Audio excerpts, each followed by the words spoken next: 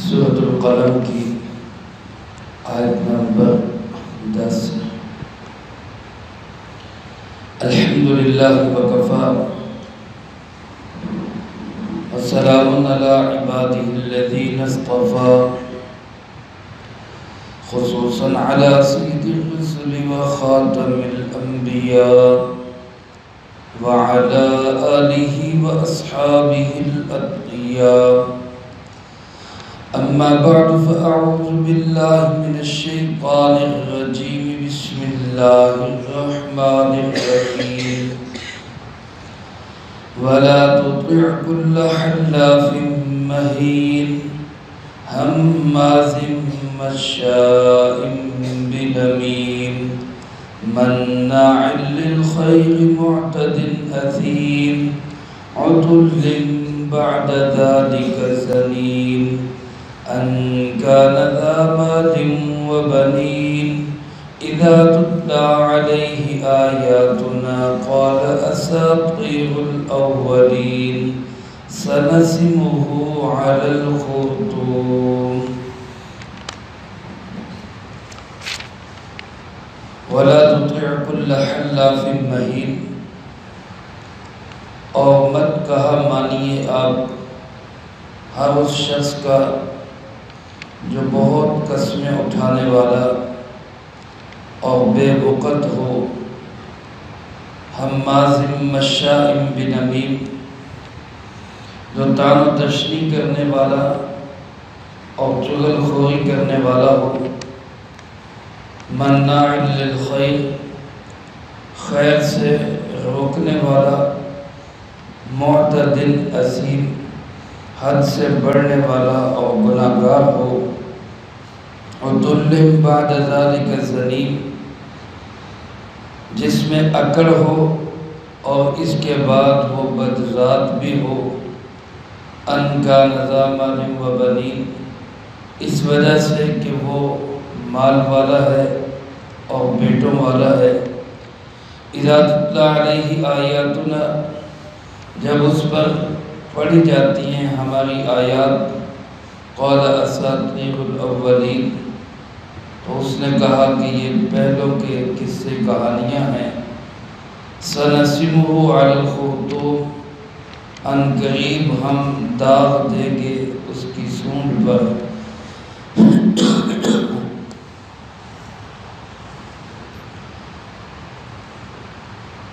ان آیات مبارکہ میں اللہ رب العالمین نے پیارے آقا جناب محمد کریم خاتم النبیین صلی اللہ علیہ وآلہ وسلم کو مخاطب بنا کر ایسے آدمی کی بات ماننے سے منع کیا ہے جس میں یہ 10 قسم کی برائیاں پائی جا رہی ہیں۔ اس سے پہلی آیت مبارکہ میں آپ صلی اللہ علیہ وسلم کو ہی ہر ایک مکذب جھوٹ بولنے والے اور جھٹلانے والے سے اس کی بات ماننے سے منع کیا گیا تھا۔ اس میں خاص وہ انسان جس میں یہ 10 برائیاں پائی جا رہی ہوں اس کی بات ہرگز نہیں ماننی، آپ صلی اللہ علیہ وسلم کو اس سے منع کیا گیا۔ بعض مفسرین کرام رحمہم اللہ لکھتے ہیں کہ جس شخص کی یہ بات ہو رہی ہے یہ ایک خاص شخص ہے جو جناب محمد کریم خاتم النبیین صلی اللہ علیہ وسلم کا مکہ مکرمہ میں بڑا سخت مخالف تھا۔ رسول اللہ صلی اللہ علیہ وسلم کے مخالفین میں مشرکین عرب کے بہت سارے نام ہیں، لیکن ان میں سرکردہ چند ایک جو نام ہیں ان میں ایک بڑا نام ولید ابن مغیرہ کا ہے۔ ولید ابن مغیرہ مکہ مکرمہ کا ایک رئیس تھا، بڑا سردار تھا اور بڑا ہی مالدار انسان تھا۔ اللہ رب العالمین نے یہاں بھی اس کے متعلق فرمایا ان کان ذا مال و بنین، یہ مال والا ہے اور بیٹوں والا ہے، اس لیے اس قسم کی حرکتیں کرتا ہے۔ علماء نے لکھا ہے کہ اس کے پاس بڑی کثیر تعداد میں مال و دولت تھا۔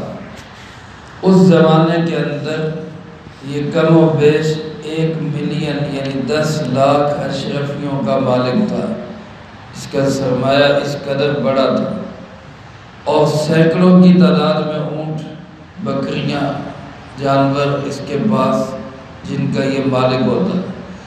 اس کا اندازہ آپ اس سے لگا سکتے ہیں کہ حج کے موقع پر لوگوں کو دکھانے کے لیے یہ شخص روزانہ حاجیوں کو کھلانے کے لیے 10 اونٹ ذبح کیا کرتا، اور یہ سلسلہ 40 دن جاری رہتا۔ اب 40 دن روزانہ 10 اونٹ جو شخص ذبح کر رہے، یعنی 40 دنوں میں 400 اونٹ وہ ذبح کر رہے، اس کے پاس کتنے تعداد میں اونٹ ہوں گے اس کا اندازہ ہم خود کر سکتے ہیں۔ لیکن یہ سب تھا دکھلانے کے لیے، اور جو خرچ کرنا ہو کسی کی ہمدردی کے طور پہ، خیر خواہی کے طور پہ، تو وہ کسی مسکین کو یہ پھوٹی کوڑی بھی دینے کے لیے تیار نہیں ہوتا۔ رسول اللہ صلی اللہ علیہ وسلم کی اظہار نبوت سے پہلے جب مکہ مکرمہ کی تعمیر کی باری آئی اور مکہ مکرمہ کو دوبارہ تعمیر کرنا تھا، تو کسی شخص میں یہ ہمت نہیں پیدا ہو رہی تھی کہ بیت اللہ کو شہید کیسے کیا جائے۔ لوگ ڈر رہے تھے، کیونکہ تھوڑا عرصہ پہلے اصحاب فیل کا واقعہ ہو چکا تھا، ہاتھیوں والوں کا۔ تو اسی نے سب سے پہلے آگے بڑھ کے یہ الفاظ کہتے ہوئے کہ اے اللہ ہمارا ارادہ تعمیر کا ہے، کوئی غلط ارادہ نہیں ہے، یہ کہتے ہوئے اس نے بیت اللہ کو توڑنا شروع کیا۔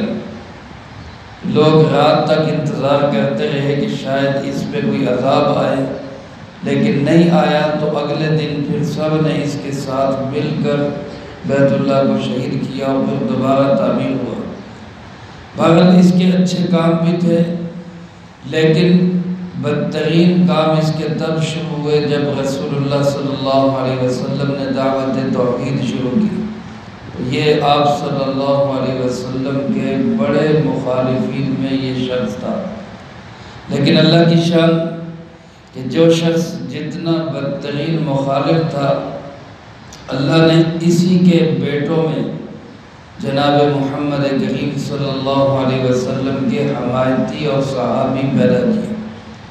یہ ولید ابن مغیرہ کے بیٹے خالد بن ولید رضی اللہ تعالیٰ عنہ، مشہور صحابی جن کو رسول اللہ صلی اللہ علیہ وسلم نے سیف اللہ کا لقب دیا، اللہ کی تلوار۔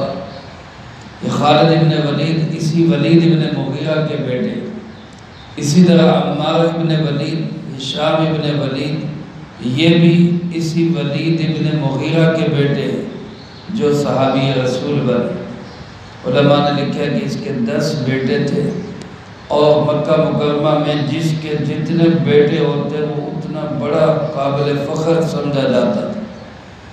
اس کو بھی یہ بڑا ناز تھا کہ میرے بیٹے، اور بیٹے بھی ایسے جو ہر وقت باپ کے آگے پیچھے رہتے۔ سورۃ مدثر میں اللہ پاک نے اسی کی برائیاں ذکر کی ہیں، اسی کی مذمت کی ہے۔ وہاں بھی اسی بات کا ذکر ہے کہ اس کو اللہ نے ایسے بیٹے دیے ببنین شہودا، جو بیٹے ہر وقت باپ کے پاس حاضر ہوتے تھے۔ علماء نے لکھا اولاد اللہ کی بڑی نعمت ہے، لیکن وہ اولاد بڑی نعمت ہے جو ماں باپ کی فرما بردار اور ماں باپ کے آگے پیچھے رہنے والی۔ یہ اللہ کی بہت بڑی نعمت ہے، اللہ ہم سب کو نصیب فرمائے۔ تو اس شخص کی یہاں پہ اللہ پاک نے 10 ایسی برائیاں ذکر کی جو واقعتاً اس شخص کے اندر موجود تھیں، اور ان کو ذکر کر کے اللہ پاک نے فرمایا نبی کریم صلی اللہ علیہ وسلم کو کہ ایسے بندے کی بات آپ بالکل نہ مانیں، اس کی اطاعت نہ کریں۔ علماء نے لکھا ہے اس میں حکمت، یہ ایک نقطہ لکھا ہے کہ جس طرح ایک بندہ جناب محمد کریم صلی اللہ علیہ وسلم پہ درود پاک پڑھے، میں اب آپ سب مل کے پڑھ لیں صلی اللہ علیہ وسلم. سارے پڑھ لے ذرا اونچی آواز سے پڑھ لیں، نیند بھی دور ہو جائے گی، درود پاک کا ثواب بھی ملے گا. صلی اللہ علیہ وسلم. ایک دفعہ درود پاک پڑھے تو کتنی رحمتیں نازل ہوتی؟ 10 رحمتیں. من صلی علیہ مرتن صلی اللہ علیہ 10 مرات. اللہ کے محبوب صلی اللہ علیہ وسلم نے ارشاد فرمایا جو مجھ پہ ایک دفعہ درود پاک پڑھے گا اللہ اس پہ 10 رحمتیں نازل فرمائے. تو علماء نے لکھا ہے کہ یہی وہ شخص تھا جس نے آپ صلی اللہ علیہ وسلم کو مجنون کہا تھا، نعوذ باللہ من ذالک، جس کا ذکر سورت کے شروع میں گزرا. اسی نے کہا تھا کہ یہ نعوذ باللہ پاگل ہو گیا. تو اللہ پاک نے اس ایک دفعہ کہنے والے کی 10 برائیاں ذکر کی. علماء نے یہ نقطہ لکھا ہے جو اللہ کے محبوب پہ ایک دفعہ درود پڑھے گا تو 10 رحمتیں اترے گی، اور جو ایک دفعہ خدا نخواستہ اللہ ہم سب کی سے حفاظت فرمائے آپ صلی اللہ علیہ وسلم کے اوپر کوئی بہتان، کوئی لفظ، کوئی طنز، کوئی تشنیع کرے گا تو اللہ کی 10 لعنتیں بھی اس پہ برسیں. اللہ ہم سب کو اس سے محفوظ رکھے. تو اللہ پاک نے کیا کیا اس کی ذکر کی برائیاں، وہ برائیاں بھی ہمیں اپنے اندر سے نکالنی چاہیے، کیونکہ یہ اچھی صفات ہوتی تو اللہ رب العالمین یہاں ان کو مذمت کی جگہ پہ ذکر نہ کرتے. یہ انتہائی بری اور گندی صفات ہے. اللہ پاک فرماتے ہیں فلا تطع كل حلاف مہین. آپ مت بات مانیں ہر اس شخص کی جو حلاف ہے. حلاف کس کو کہتے ہیں؟ حلف سے ہے، اور حلف کہتے ہیں قسم اٹھانے. اس کا معنی ہے کہ وہ شخص جو بہت زیادہ قسمیں اٹھاتا ہے، اور جو بات پہ قسمیں اٹھائے عموماً وہ شخص جھوٹا ہوتا ہے. جو انسان سچا ہوتا ہے اس کو قسمیں اٹھانے کی ضرورت نہیں ہوتی، وہ تو بات سچی کرتا ہے. ہاں کبھی ضرورت پڑ جائے تو وہ اللہ کے نام کی قسم اٹھائے گا، اس سے آگے کچھ نہیں. حدیث پاک میں بھی یہی تعلیم دی گئی کہ بأمر مجبوری کہیں قسم اٹھانی پڑ جائے تو قسم صرف کس کے نام کی؟ اللہ کے نام. یہ نہیں کہ ماں کے نام کی، باپ کے نام کی، فلاں کی، ایسی کوئی قسم شریعت میں نہیں. کہیں ضرورت پڑے قسم اٹھانے کی تو صرف اللہ کے نام. لیکن بہت زیادہ قسمیں اٹھانا، بات پہ قسمیں یہ پسندیدہ چیز نہیں ہے. اللہ پاک نے فرمایا اس حلاف کی بات نہ مانے. اور دوسرا لفظ فرمایا مہین. مہین کا معنی ذلیل، بے وقت، جس کی اپنی بد کرداریوں کی وجہ سے لوگوں کے ہاں کوئی اہمیت نہ ہو، ایسے شخص کی بھی آپ بات مت مانیں. تیسرا فرمایا حماز حمز سے ہے. حمز کا معنی ہوتا ہے طعن و تشنیع کرنا. جس طرح سورۃ ہمزہ میں فرمایا ویل لکل ہمزۃ لمزہ، ویل ہے، بربادی ہے، ہلاکت ہے اس شخص کے لیے جو طنز کرتا ہے، طعنے دیتا ہے، مینے مارتا ہے. تو یہ شخص جو بہت مینے مارنے والا ہے. اور فرمایا مشاء بنمیم. مشاء بنمیم کا معنی ہوتا ہے چغل خوری کرنے والا. مشاء جو لوگوں میں لگائی بجائی کرتا ہے، ادھر کی بات ادھر کی ادھر، آپس میں لڑانے کے لیے جو چغلیاں کرتا ہے، ایسے شخص کو کہتے ہیں مشاء بنمیم. اور اسی کے لیے ایک لفظ اور ہے قطات. رسول اللہ صلی اللہ علیہ وسلم نے ارشاد فرمایا لا يدخل الجنت قطات. چغل خور بندہ جنت میں داخل نہیں ہوگا. لگائی بجائی ادھر ادھر کی باتیں پھیلا کر لڑانے والا فسادی بندہ فرمایا کہ جنت میں داخل نہیں ہوگا. ایک موقع پہ آپ تشریف لائے، ایک قبرستان کے پاس سے گزرے، 2 قبر والوں کے متعلق آپ نے فرمایا کہ ان کو عذاب ہو رہا ہے، ان 2 قبر والوں کو عذاب ہو رہا ہے. اور فرمایا کہ ان کو جو عذاب ہو رہا ہے کسی بڑی چیز کی وجہ سے نہیں. انہما لیعذبان وما یعذبان فی کبیر، کسی بہت بڑے گناہ کی وجہ سے نہیں، بلکہ فرمایا ان میں سے ایک پیشاب کے چھینٹوں سے احتیاط نہیں کرتا تھا اور دوسرا جو ہے وہ چغل خوری کرتا تھا، اس کو قبر کے اندر عذاب ہو. یہ چغل خوری بڑی گندی عادت ہے، ہمیں اس کو بھی چھوڑنا چاہیے. اس کے بعد اللہ پاک فرماتے ہیں مناع للخیر، خیر کے کاموں میں بہت رکاوٹ بننے والا. بھلائی کا کام اول تو ہمیں کرنا چاہیے، دوسروں کو ترغیب دینی چاہیے. اگر ہم کر نہیں سکتے تو کم سے کم جو کر رہے ہیں اس کے راستے میں رکاوٹ نہیں بننا چاہیے. لیکن فرمایا یہ ایسا شخص ہے کہ نہ بھلائی کا کام کرتا ہے نہ کسی کو کرنے دیتا ہے. فرمایا معتدل، یہ ایسا شخص ہے جو حد سے تجاوز کرنے والا، حدود کو ضائع کرنے والا، حق مارنے والا اور عصیم گناہ گار بد کردار ہے. اور دلل، اللہ پاک فرماتے ہیں یہ اکڑ خان بھی ہے، اس کے اندر بڑی اکڑ ہے. بعض بندے ہوتے ہیں ذرا سا مال و دولت آ جائے تو وہ کسی کو بندہ ہی نہیں سمجھتے. یہ بھی اسی قسم کا اکڑ رکھنے والا متکبر انسان. اور آخر میں 9ویں صفت اللہ پاک نے یہ بیان کی اس کی، بعد ذالک زنیم، یہ شخص زنیم بھی. زنیم کس کو کہتے ہیں؟ علماء نے لکھا زنیم اس انسان کو کہتے ہیں جو کسی قبیلے کے اندر جانا پہچانا جائے حالانکہ وہ اس قبیلے کا فرد نہ ہو.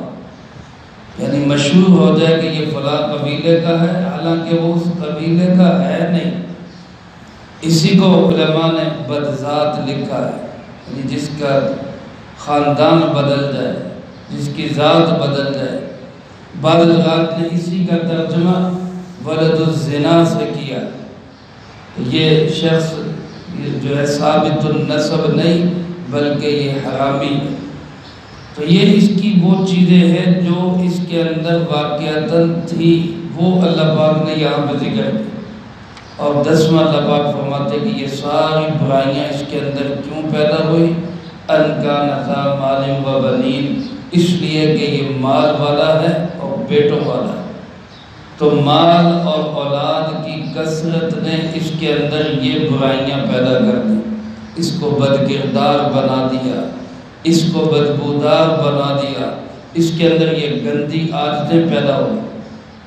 پھر فرمایا جب ہمارا قرآن اترا، آیات آئی، اس کو اللہ کی آیات پڑھ کے سنائی گئی. چاہیے تو یہ تھا کہ ابھی اپنی روش بدل لیتا، ابھی قرآن کریم کو مان لیتا.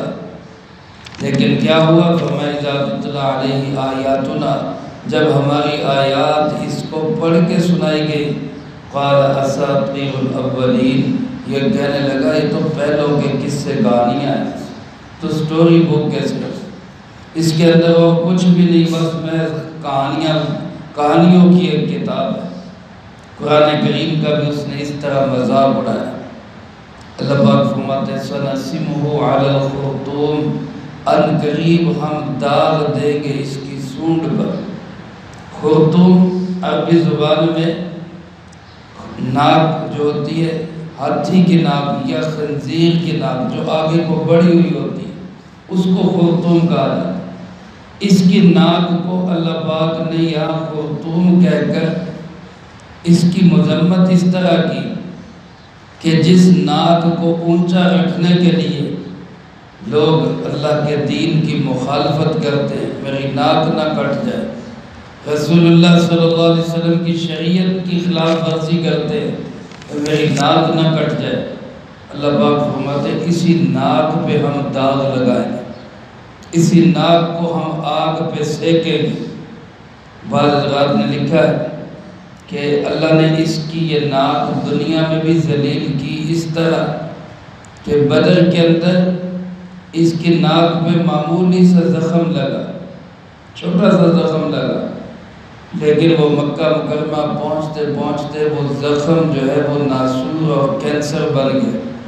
اور پھر اسی زخم کے اندر یہ شخص مرا، اور علماء نے لکھا ہے یہ دنیا کے اندر ہے، آخرت کے اندر بھی اسی طرح اللہ پاک اس کی ناک رگڑیں گے، تاکہ یہ جو دنیا میں اپنی ناک اونچی کرنے کے لیے رسول اللہ صلی اللہ علیہ وسلم کی مخالفت کرتا رہا، آخرت میں اس کی ناک ذلیل و رسوا، اسی کو اللہ پاک نے خرطوم کہا۔